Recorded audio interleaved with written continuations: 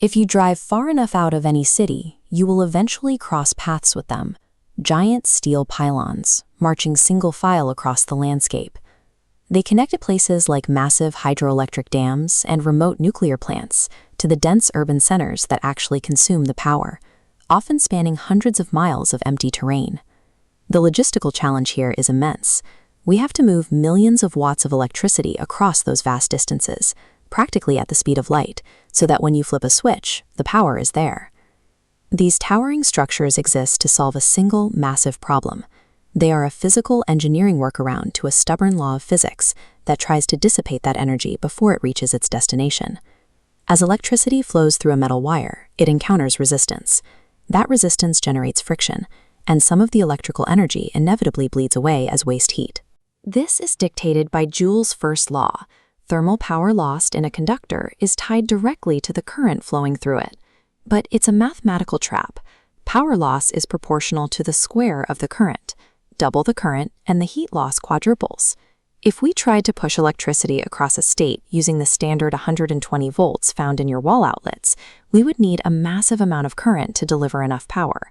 The wires would either melt from the extreme heat, or the energy would entirely dissipate miles before it ever reached the city. Transmitting electricity over a national grid is physically impossible at standard voltages. Delivering power across these distances requires shifting the electrical parameters to a state that would be unusable in a residential circuit. Look at this diagram of the electricity supply chain. The solution to the heat loss problem sits here at the generating plant's step-up transformer. This equipment increases the voltage, the electrical pressure, pushing it from thousands to over 765 kilovolts. Because total power is equal to voltage multiplied by current, raising the voltage allows you to deliver the exact same amount of power using a fraction of the current. Lower current means almost no heat is lost over a distance of 300 miles. This voltage is carried on specialized overhead conductors. The standard choice is ACSR, or aluminum conductor steel reinforced cable, which wraps lightweight, highly conductive aluminum strands around a core of high-strength steel. This adjustment of the voltage-to-current ratio allows the grid to function with minimal loss, effectively creating an electrical interstate. However, it means the conductors are energized at levels demanding total physical isolation from their surroundings. Pushing 500,000 volts through an uninsulated metal cable creates an extreme risk. The electricity will jolt the gap from the wire directly into the ground if anything gets too close. To prevent this, safety standards require lines of this capacity to maintain a clearance of at least 28 feet above public roads. These clearances dictate grid architecture. It's why lattice steel pylons are built so high, lifting the current far out of reach of the earth. The towers themselves serve different structural roles. Tangent or suspension towers simply hold the vertical weight of the wire along straight paths. But when the line needs to turn a corner or cross a wide river, engineers use heavily reinforced structures called dead-end towers. Dead-end towers absorb the massive horizontal tension of the cables.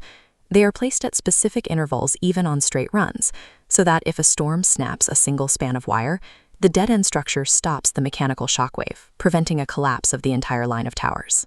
Every piece of steel, every structural angle, and the grid's towering height is strictly dictated by the invisible pull of the high voltage seeking the ground. High voltage presents a secondary challenge.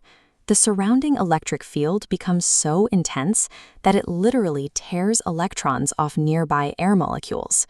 This phenomenon is known as corona discharge. It appears as a hissing, violet glow around the wire that continually leaches power into the sky and slowly degrades the hardware. If the electric field is unchecked, the air breaks down completely. The localized ionization can propagate rapidly toward grounded metal, creating a catastrophic arc flashover. To fix this, engineers install corona rings at the ends of the insulators. These smooth, circular metal rings surround the high-voltage connections, distributing the electric charge across a wider surface area. By limiting the intensity of the electric field, these rings prevent the air from breaking down. It proves that even the smallest components on a transmission tower exist strictly to manage the physics of high voltage. After hundreds of miles of transit, the high-tension journey reaches its destination, a local neighborhood substation. Here, large transmission lines connect to the retail substation. A step-down transformer lowers the voltage. Power drops to 4 to 35 kilovolts for street utility poles, before a final transformer steps it down to 120 or 240 volts for household appliances. As we connect renewable energy sources located far from urban centers, like offshore wind turbines and desert solar farms, to cities, we'll require an expansion of this high-tension network.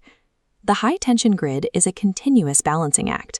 Every tower and every ceramic insulator is a physical calculation, a balance between minimizing energy loss and managing the immense electrical pressure required to keep the lights on.